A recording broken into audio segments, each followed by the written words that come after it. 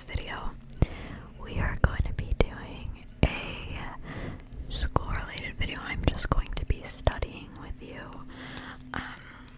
for my first ever exam. So my last video, I didn't do anything school-related or university-related, I guess. And I said that I was gonna do like alternating between school-related videos and not school-related videos. So we've reached the school-related video, and I literally have an exam. When's my exam? Tuesday. Also, I love this lip gloss. It's the Essence Plumping. It's called What the Fake Extreme Plumping Lip Filler. I just love the color. I don't know if it makes my lips look more plump. Anyways, okay, so the exam is on astronomy. But I am in like the social science stream, but my university requires you to take courses in the maths and sciences to graduate with any degree, which is annoying, but it's a good thing because it means that all the students who graduate, like, they're capable of like learning things, I guess. So math and science have never been my strong suit, but funnily enough, I have been enjoying astronomy so very much, and it's actually my favorite course because I've been giving it almost all of my attention. So yes, these are, let me turn the brightness up.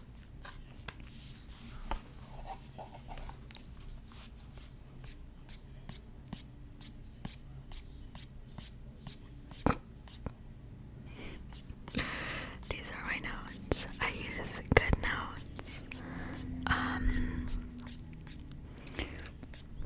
This is everything on the first midterm. So, I guess I'm just gonna start from the top, and I have a pretty decent understanding of all these concepts. I might like slip up my words. I noticed in my last video I kept accidentally saying things I didn't mean for the astronomy video. So if I slip up, please let me know. If anything is wrong, please let me know. So yes, the midterm luckily is only 15 multiple choice questions and 2 short answers. So we should be good. We should be good. I'm nervous because it's my first exam ever for university. Okay, wow, I've been yapping for 3 minutes. Let's get into it. So, the first basic piece of knowledge is that most objects in the solar system formed together with the sun 4.5 billion years ago. Billion years ago, which is crazy when you think about it. Clumps of material condensed from clouds of gas and dust, and then the central part of a cloud became the sun. I don't really need to know this. This is like, okay, so in our solar system we have 8 planets.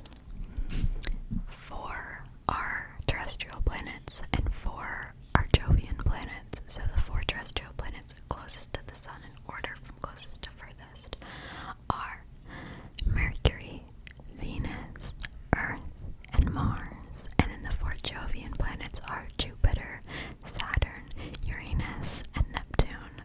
So yes, the way I remember the Jovian planets is with the acronym just so you know.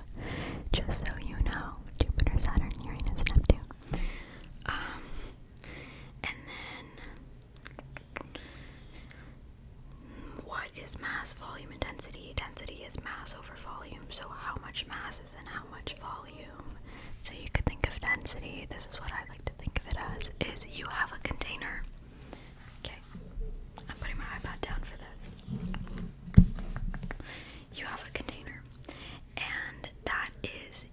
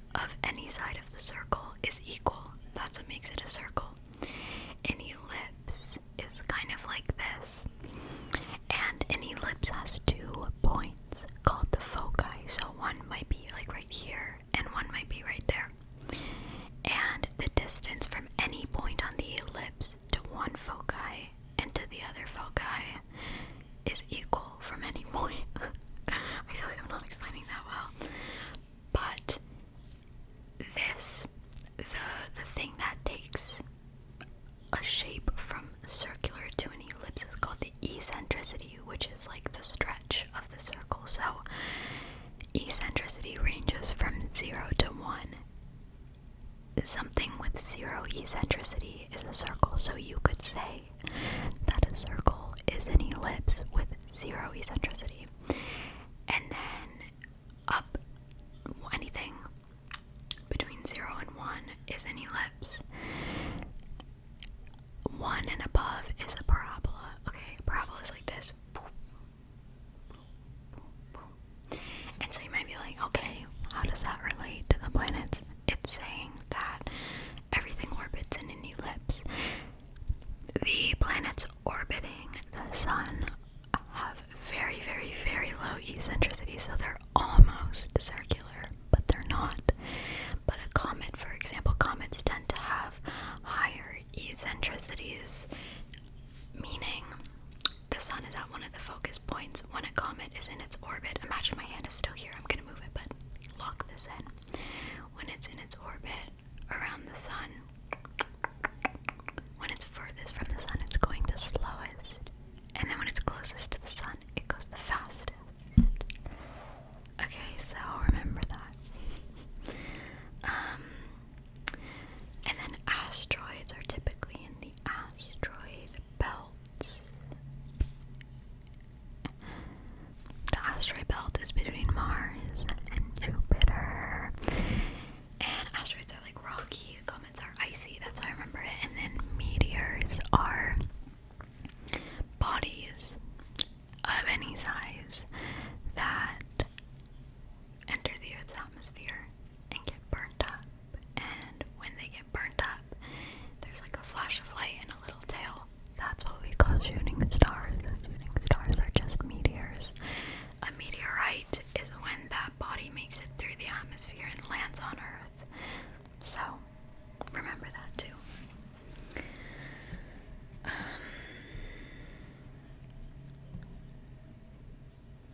Jupiter and Saturn are made of 75% hydrogen, 25% helium. Differentiation, density, terrestrial versus Jovian planets. We went through that. I think I'm fine for this. Okay, so the next topic are seasons. You might wonder, why do we have... Okay, fun fact, if you know nothing about astronomy, here are some basic things. A day is when the Earth does a full rotation on its axis. Boom, that's a day. A month is when the moon completes a full orbit of the Earth, and a year is when the Earth completes a full orbit around the sun. So we have day, month, year. Then we have the seasons. So you might be like, why is it that we have winter and summer? Like, why is it that during winter or during summer the days are long and it's warmer, and then during winter the days are short and it's cool? That is because the Earth is like this, okay? So the Earth has an axis which it orbits around like this. You might think it would be straight up and down, but it's not. The tilt of the Earth's axis is actually 23.5 degrees, so it's more like this. So when the Earth orbits the sun, it has that tilt, okay? Let me move my mic. Okay, so we're gonna pretend that my mic is the sun. When it's summertime, the northern hemisphere, meaning the top half here, is pointed, toward the sun. It's tilted toward the sun, meaning that the northern hemisphere is getting more direct sunlight and longer days, and that's what allows it to heat up. That's why we get summer. And then we move over, to here.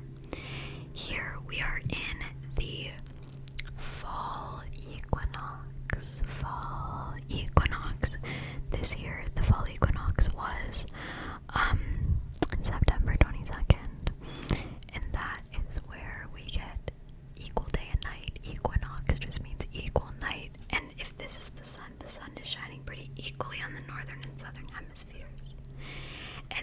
move to winter, we're in the northern hemisphere, so we're up here.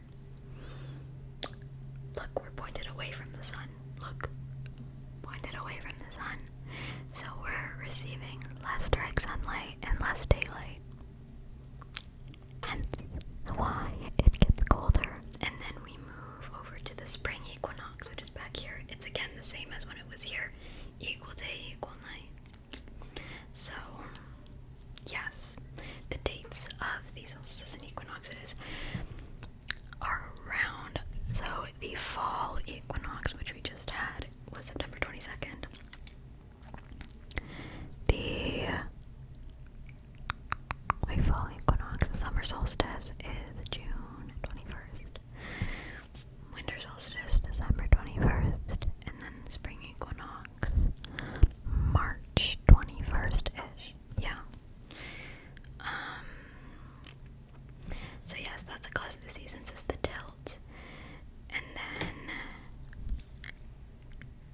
because remember how we talked about how the orbits are elliptical, the Earth's orbit around the sun is elliptical, so in the summer, or in the winter, we're actually a bit closer to the sun, but we're just receiving less daylight. In the summer, the sun it goes higher in the sky, giving us more direct light, but in the winter, it only rises not that high in the sky, so we get less direct sunlight, but in the winter, the sun's actually closer, so it's kind of like,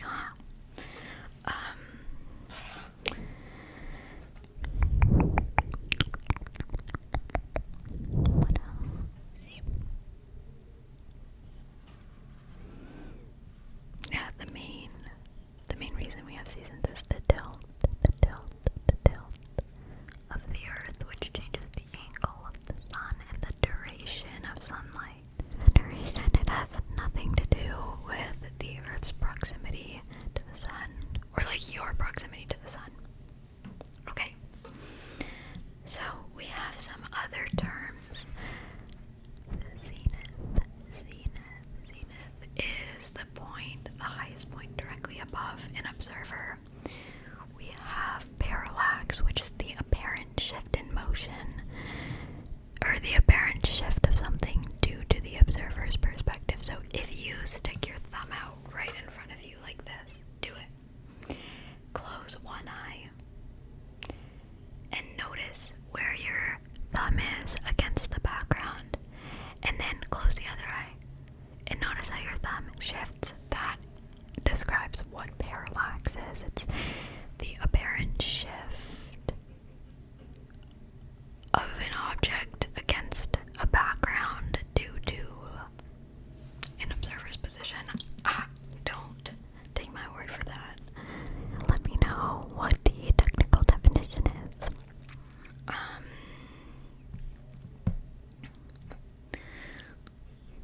The Earth rotates west to east, so counterclockwise. I'm tired. We have two views of the solar system. So historically, a while ago, I think a guy named Ptolemy was like, the Earth is at the center of the solar system and everything revolves around the Earth, and that was called the geocentric view. The geocentric view of the Earth. And then later on, some other guy was like, no, that doesn't make sense because of apparent retrograde motion and because of some other things that I forget.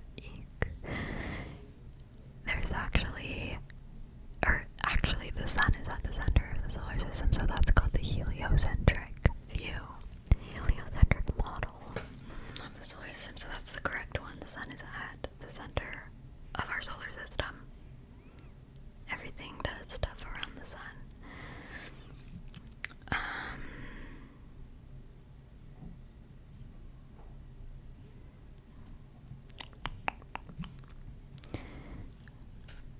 Okay, we already talked about this in my last video. Maybe we should move on to a different topic.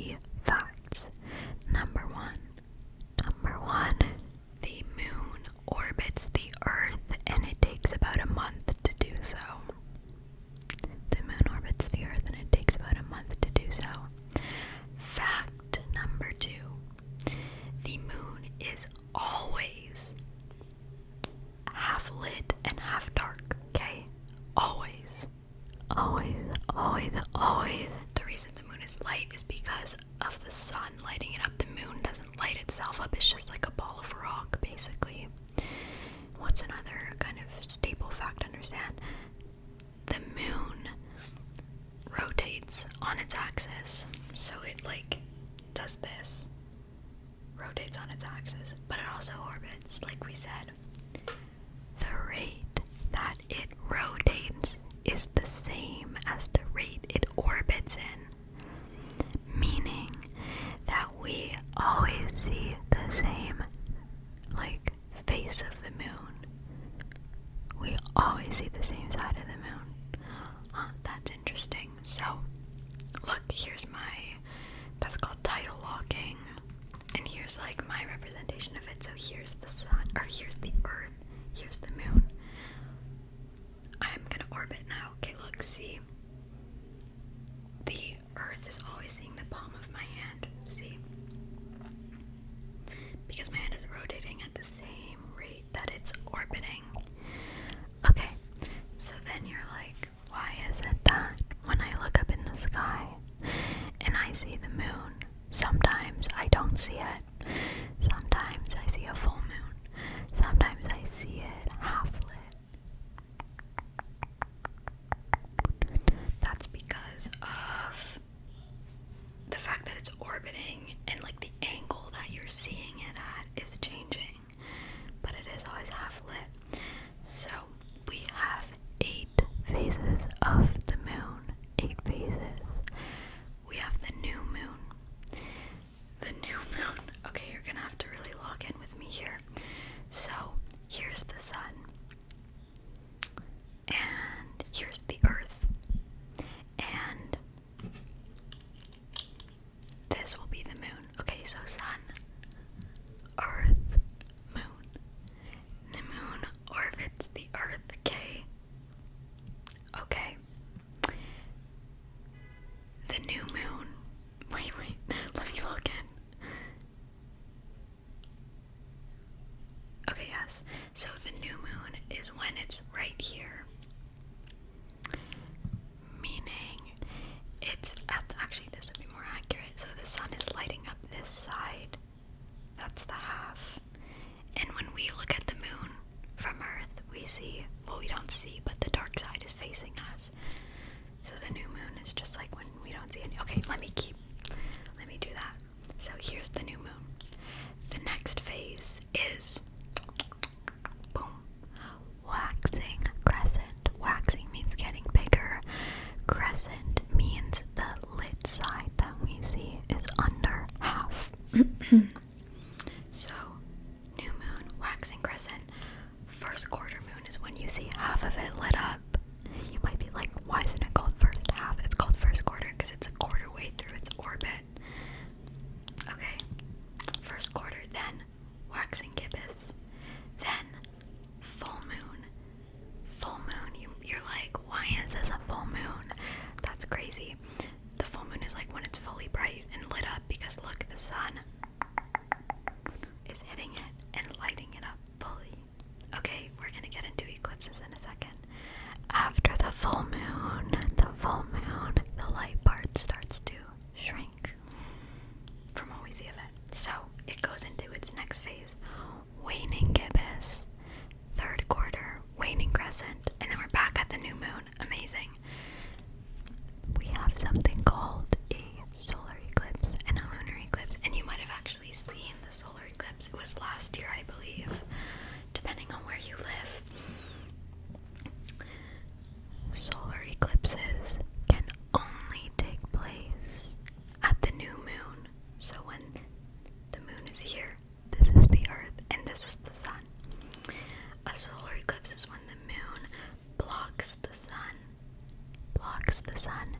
So when we look at it, we see like a little ring of sun around it, and then it's being blocked by the moon. But we don't have solar eclipses every month. We don't have that. You might be like, why? Thank you for asking. We don't have a solar eclipse at every new moon because the earth, okay, listen, the earth orbits the sun in this plane, okay? But the moon's orbit of the earth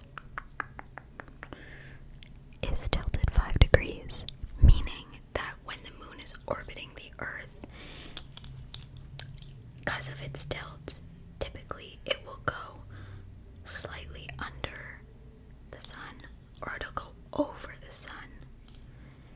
But for us to see a total solar eclipse, not only does the moon have to line up perfectly with the sun, these two must also line up with the observer. So someone right here would see the solar eclipse. Someone over here would not see it. Okay, then we have the lunar eclipse. Lunar eclipses happen on the full moon. And that's when, see, this is the sun, this is the earth, and this is the moon. The sun's rays are shining on the earth, and a lunar eclipse happens when the sun's rays shine on the earth, but then the earth casts a shadow on the moon. Can I like demonstrate this? Oh, see, the earth casts a shadow. It's very confusing, and again, we don't see lunar eclipses. We don't see them every month for the same reason, because the moon has a 5-degree tilt. Or not the moon has a 5-degree tilt, the moon's orbital plane.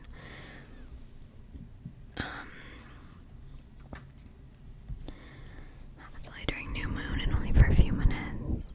Moon's orbit is tilted 5 degrees relative to Earth's orbit. Because of the tilt, moon's shadow usually falls above or below Earth when it aligns. And then the rise and set times. The way I remember it is that, like, whenever I draw diagrams or think of the order of things, I just start at the new moon. The new moon rises at 6 a.m. with the sun. That's why you don't see it, because it's rising with the sun. It rises at 6 a.m. and it sets at 6 p.m. 12 hours after. And every day, every phase after that is 3 hours later. So the phase after the new moon is the waxing crescent, and the waxing crescent will rise at 9 a.m. set at 9 p.m. Okay.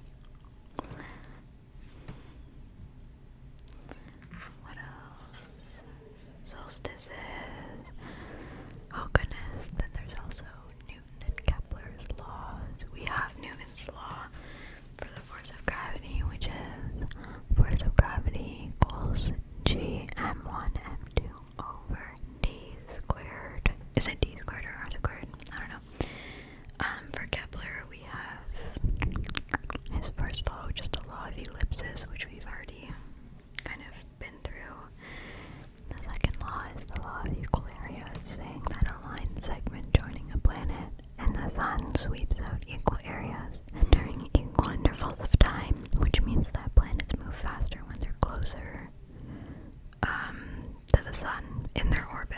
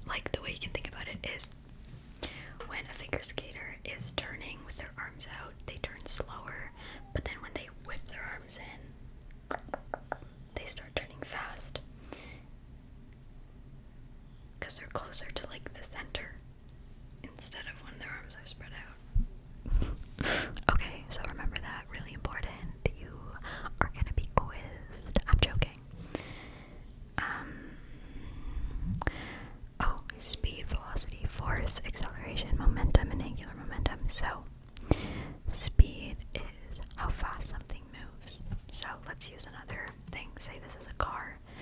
Its speed is 30 kilometers an hour. That's speed. Velocity is speed plus direction. So, same car, 30 kilometers an hour north. That's velocity. Acceleration is a change in velocity. So, a change in speed or direction. So, if it speeds up, that's acceleration. If it slows down, that's acceleration. If it turns, that's acceleration. That's all acceleration. What is on my arm? Weird. Momentum is mass times velocity. In other words, how hard it is to stop something. A truck moving has more momentum than a bike because a truck has more mass. Angular momentum is the spinning momentum, which depends on mass, speed, and how far something is from the center. So you think of that figure skater. Figure skater spinning. Inertia F equals ma, action, reaction. Gravity, force of gravity between two objects depends on masses. Bigger masses equals stronger pull. And distance, a greater distance means weaker force of gravity. That makes sense. Earth pulls you down more than the moon because the Earth is bigger. Free fall. Free fall is everything falls at the same rate. In gravity, ignoring air resistance. So, if I were to like go to the moon right now,